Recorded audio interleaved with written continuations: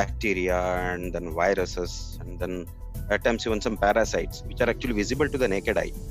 These say tapeworms and roundworms. They can also cause some of the zoonotically important diseases in case of human beings.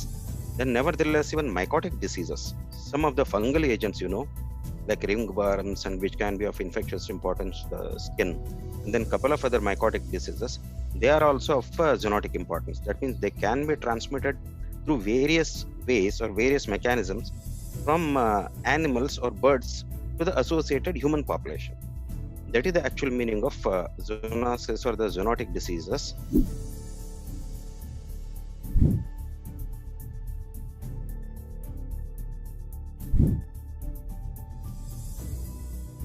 The livestock owners, the farmers, they wash the animals, they clean the animals, they need to feed them, they need to milk these animals.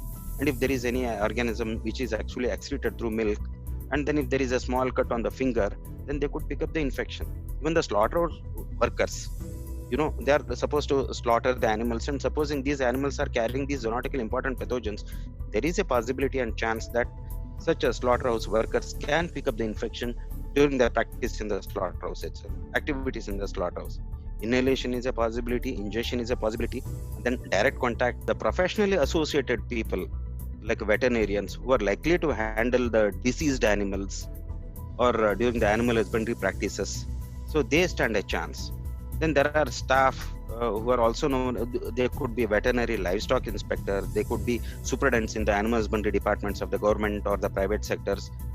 They also come in contact with the diseased animals because they are expected to treat these animals. During that process, either directly through contact with the animal or through contact with the contaminated urine or the contaminated uterine discharge or contaminated, say the froth or the saliva, then the shepherds or the nomadics. These shepherds or nomadic, they sleep with these, say, sheep because it is something like a treasury. They need to take a lot of care about the livestock because based on one or two animal itself, farmer will be maintaining his family. So he needs to take utmost care of these animals. So he will have very high chances of being closely associated with.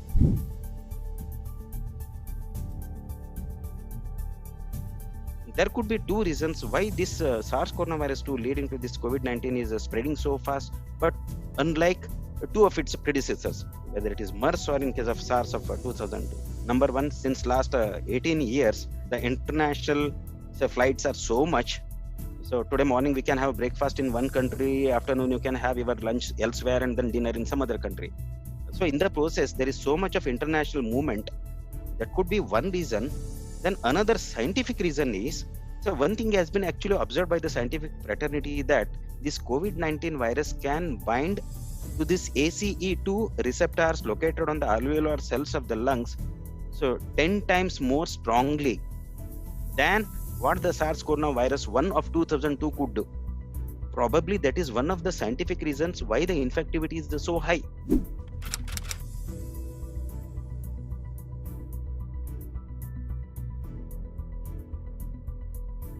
The trees are being chopped in several places because these trees were actually inhabited by these large communities of bats, and people have very well read that bats were the first host species from where this COVID-19 virus emerged, then blah blah blah, and then rest all is history for us. They know about it, thinking that bats which are already there in the trees very close to the local communities, either in the villages or wherever it is, they could again transmit the COVID-19 to these local people. That was the kind of fear. Absolutely, so this is a nonsense. And in the process, they wanted to eliminate the bats from their localities. They have chopped off several trees, and then that could really result in imbalance of the ecosystem. You know the importance of bats in the ecosystem. They are necessary for the natural pollination. They are necessary for the propagation of seeds. And these bats are also in the habit of eating insects. National Institute of Virology, ICMR NIV, which is based in Pune, they have been in fact conducting a kind of survey in bat population in different states in the country. There is a recent publication by the team from this ICMR NIV where they have collected these bat samples from say 7 different Indian states, and out of these 7 states, in 4 states they could detect the presence of coronavirus in these bats. But this coronavirus, which has been detected scientifically by this particular team in NIV, was not COVID-19 virus. This is entirely different coronavirus. This is a bad coronavirus.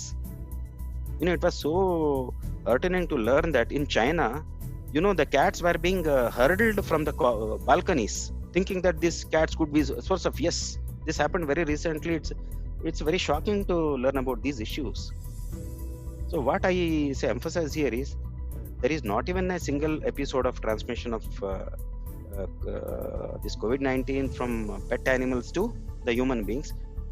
In case they have any kind of say confusions or doubts based on the symptoms exhibited by their animals, veterinarians are there throughout. They can take their pet animals to the respective veterinarians, and then veterinarian is the best person to decide what kind of symptom it is, what could be the disease, because there are several diseases which are infecting animals as well as birds, wherein the symptoms could be overlapping. So let our general public not jump to the conclusion that it is this particular disease and then take some hasty decisions. That is totally wrong. Please do not resort to this kind of a panicky situation. Let them not abandon their animals. Let them keep them at home and take care of their animals, take care of themselves. And in the event of any necessity, let them approach their veterinarians. They're all the time they are available. Veterinarians are the best people to judge what is to be done subsequently.